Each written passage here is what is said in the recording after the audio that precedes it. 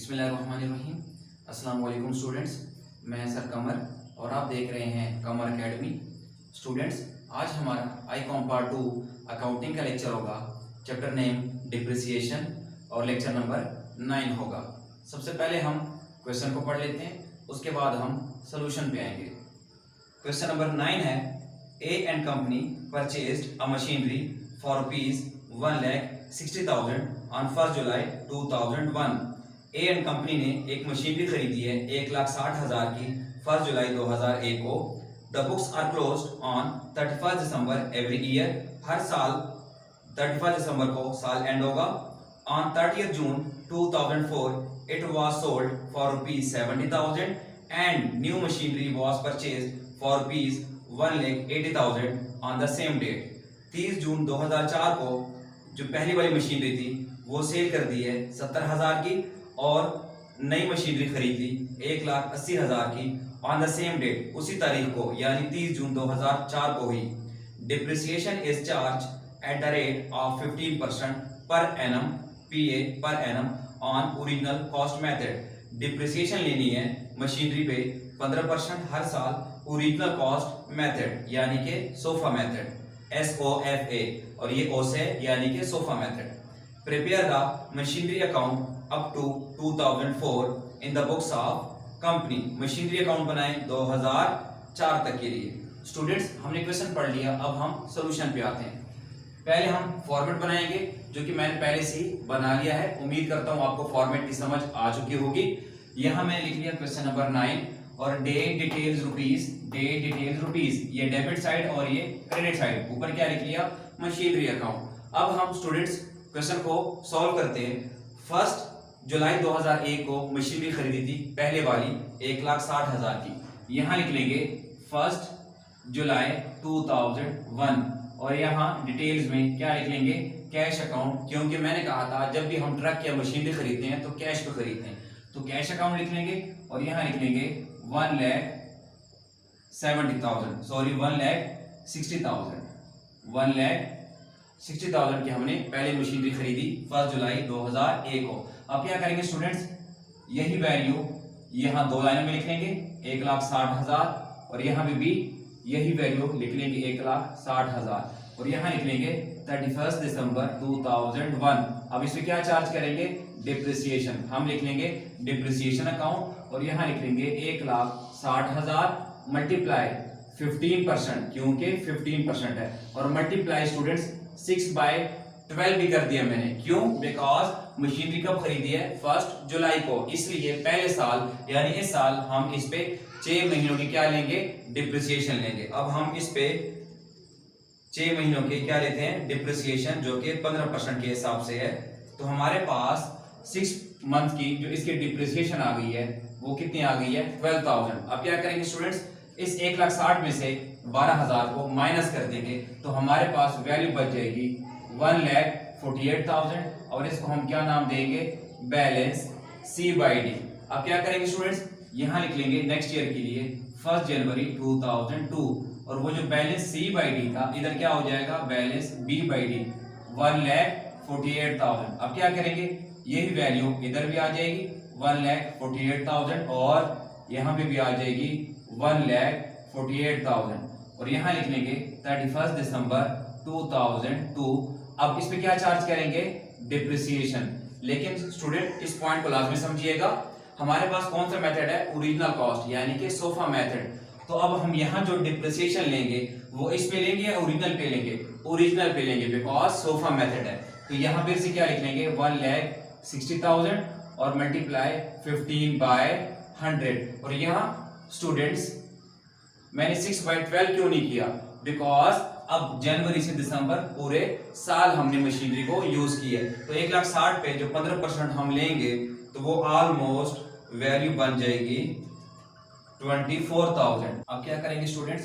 इसमें से इसको हम माइनस कर देंगे, तो 1,48,000 में से 24,000 माइनस करने के बाद हमारे पास वैल्यू बच जाएगी 1,24,000 और इसको हम क्या नाम देंगे? Balance C/D। अब क्या करेंगे? नेक्स्ट ईयर यहां लिख लेंगे 1 जनवरी 2003 और वो जो बैलेंस C/D की वैल्यू थी इधर क्या हो जाएगी? Balance B/D 1,24,000। अब क्या करेंगे, यही वैल्यू इधर भी आ जाएगी 1,24,000 और यहाँ पे भी आ जाएगी 1,24,000 और यहाँ लिख लेंगे 31 दिसंबर 2003। और अब इस पे क्या लेंगे, डिप्रिसिएशन लेंगे। स्टूडेंट्स मेथड कौन सा है, सोफा मेथड। तो फिर से इस पे नहीं लेंगे बल्कि ओरिजिनल पे ही लेंगे 1,60,000 पे और मल्टीप्लाई 15/100। फिर से कितनी वैल्यू आ जाएगी डिप्रिसिएशन, 24,000 ही, यानी इस पे जब लेंगे 15%। अब क्या करेंगे स्टूडेंट्स, 1,24,000 में से इस 24,000 को माइनस कर देंगे तो हमारे पास वैल्यू बच जाएगी ऑलमोस्ट 1 लाख और इसको हम क्या नाम देंगे, बैलेंस C/D। अब यही balance C/D next year 1 January 2004 को किस नाम से आ जाएगी, बैलेंस B/D और 1 लाख रुपीस। अब स्टूडेंट्स सारा मसला यहाँ पे है, जो वैल्यू 1 लाख 1 जनवरी 2004 को आ गई है। अब क्वेश्चन में वो क्या कह रहे थे कि 1 जनवरी 2004 को जब ये वैल्यू आ गई है तो वो कह रहे थे कि 30 जून 2004 को हमने मशीनरी को सेल कर दिया और उसकी जगह उसी डेट को यानी 30 जून को ही एक और मशीनरी खरीदी 1,80,000 की। नई मशीनरी जो खरीदी है उसको फिलहाल हम साइड पे रख लेते हैं और पहले हम इसकी जरा वैल्यू देखते हैं। 1 जनवरी 2004 को हमारे पास इस मशीन की वैल्यू कितनी आ चुकी है, 1 लाख। और कब सेल किया इसको, 30 जून। तो यहाँ लिख लेंगे 30 जून 2004। स्टूडेंट्स हमने इसको सेल किया 30 जून को और ये जनवरी की ये वैल्यू है, इसका मतलब है कि 6 महीने इसको और मजीद यूज किया है इस मशीनरी को। तो अब यहाँ इस पे क्या लिख लेंगे, डिप्रिसिएशन अकाउंट, यानी इस पे 6 महीने की और क्या लेंगे, डिप्रिसिएशन, क्योंकि 30 जून तक इस्तेमाल किए। लेकिन स्टूडेंट्स चूंकि मेथड कौन सा है, सोफा मेथड, तो इस पे नहीं लेंगे बल्कि ओरिजिनल पे ही लेंगे, यानी 1,60,000 को मल्टीप्लाई 15/100 और मल्टीप्लाई 6/12 भी करेंगे क्योंकि 30 जून तक 6 मंथ बनते हैं। तो यहाँ पे फिर से इसकी वैल्यू कितनी आ जाएगी, 12,000। यानी जो 1 जनवरी 2004 को इसकी वैल्यू 1 लाख आ चुकी थी, मजीद 6 महीने इस मशीनरी को इस्तेमाल करने के बाद वैल्यू और कितने कम हो गई है, 12,000। अब उसके बाद हमने स्टूडेंट्स क्या कर दिया था, इसको 30 जून को सेल कर दिया था और कितने का सेल किया था, 70,000। अब 30 जून को जो हमने इस मशीनरी को सेल किया था 70,000 पे, अब हमें ये नहीं पता जो हमने सेल किया था इसको 70,000 पे, ये फायदे में सेल किया था या नुकसान पे। तो इसके लिए हम क्या करेंगे, लेक्चर नंबर 8 की तरह इसकी हम वर्किंग करेंगे। तो यहाँ आप आ जाएंगे, वर्किंग 1 लिख लेंगे और लिख लेंगे value of machinery on 30 June 2004। Students same working जो इसकी होगी वो सेम लेक्चर नंबर 8 की जो वर्किंग है वही वर्किंग उस तरह की होगी। 30 जून को हमने इसकी वैल्यू निकालनी है जब हमने इसको सेल किया था। तो 30 जून को इसकी वैल्यू निकालने के लिए पहले हम लिख लेंगे कि इसकी वैल्यू 1 जनवरी 2004 को कितनी थी। तो हम लिख लेंगे value of machinery on 1 January 2004 equal to 2004 की शुरू में इसकी वैल्यू कितनी थी, 1 लाख। हमने ये लिख लिया 1 लाख। उसके बाद हमने इसकी क्या ली थी, 6 महीने की डिप्रिसिएशन ली थी, यानी 6 महीने की और वैल्यू कम हो गई थी। अब क्या करेंगे, इसी 12,000 को उस 1 लाख में से, यानी इस 1 लाख में से इस 12,000 को मजीद माइनस कर देंगे, माइनस डिप्रिसिएशन ऑन 30 जून 2004 जो कि 12,000 वैल्यू कम हो गई थी। अब स्टूडेंट्स क्या करेंगे, उस 1 लाख में से जब 12,000 को माइनस करेंगे, यानी इस 1 लाख में से जब इस 12,000 को माइनस किया तो हमारे पास मशीनरी की वैल्यू सेल करते वक्त कितनी रह गई थी, 88,000।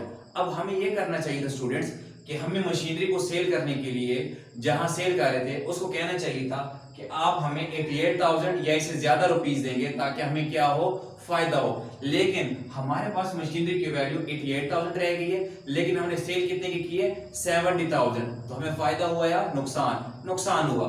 अब लेकिन लिखेंगे क्या, यहाँ लिख लेंगे minus cash received. Cash received का मतलब कि कितने पे सेल किया, कितने पे, 70,000। अब जब 88,000 में से हम इस 70,000 को माइनस करेंगे तो पता चला कि हमें कितना लॉस हो जाएगा, 18,000। अब क्या करेंगे स्टूडेंट, सेम लेक्चर नंबर 8 की तरह वर्किंग और उसी तरह क्या करेंगे, यही डेट लिख लेंगे और यहाँ क्या लिख लेंगे, कैश अकाउंट, कैश कितना हमें रिसीव हुआ सेल करने के बाद 70,000 और यही डेट साथ यहाँ क्या लिख लेंगे, लॉस अकाउंट, और कितना लॉस हो गया, 18,000, कितना 18,000। यहाँ तक स्टूडेंट्स पहले मशीनरी की सारी वैल्यू और कहानी खत्म हो गई, बिकॉज हमने सेल कर दिया नुकसान पे। यहाँ तक पहले की वैल्यू सब कुछ खत्म हो गया कि हमने 70,000 के सेल किया और इतना हमें लॉस हो गया।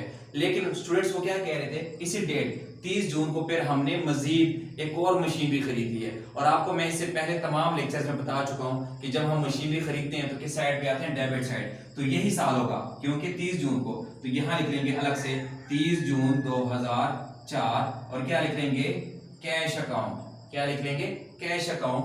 और कितने की नई मशीनरी खरीदी है, 1,80,000।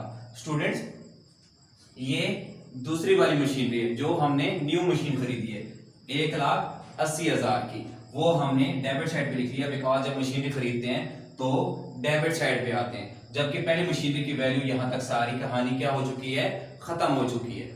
लेकिन जो सेकंड खरीदी है वो 30 जून को, और साल एंड कब होता है, 31 दिसंबर को। अब जो पहली वाली की तो वैल्यू खत्म हो चुकी है, लेकिन जो सेकंड खरीदी है वो 30 जून को, तो उसके लिए तो अभी साल चलेगा, कब तक, 31 दिसंबर तक। यहाँ लिख लेंगे 31 दिसंबर 2004। और यहाँ देखें मैं यहाँ लिख रहा हूँ डिप्रिसिएशन अकाउंट। अब ये इसलिए लिखा, ये जो डिप्रिसिएशन है ये जो न्यू वाली है उस पे लेंगे बिकॉज पहले वाली की सारी चीजें हो चुकी हैं। तो यहाँ लिख लेंगे डिप्रिसिएशन अकाउंट और 1,80,000, इसका मल्टीप्लाई 15 डिवाइडेड बाय 100 और मल्टीप्लाई 6/12 भी करेंगे। क्यों स्टूडेंट्स, बिकॉज हमने जो न्यू मशीनरी खरीदी है वो 30 जून को, और साल एंड कब होता है, दिसंबर को।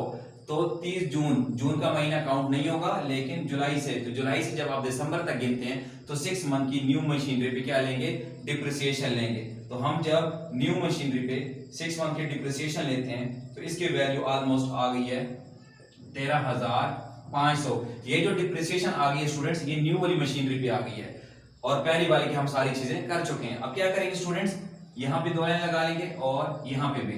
अब इन दोनों को ऐड जरूर करना है, ये नहीं कि जो पहले की वैल्यू खत्म हो चुकी है तो अब इसको ऐड भी ना करें, ऐड करना है। इन दोनों को ऐड कर देंगे, 2,80,000 यहाँ लिख लेंगे और यहाँ पे भी लिख लेंगे।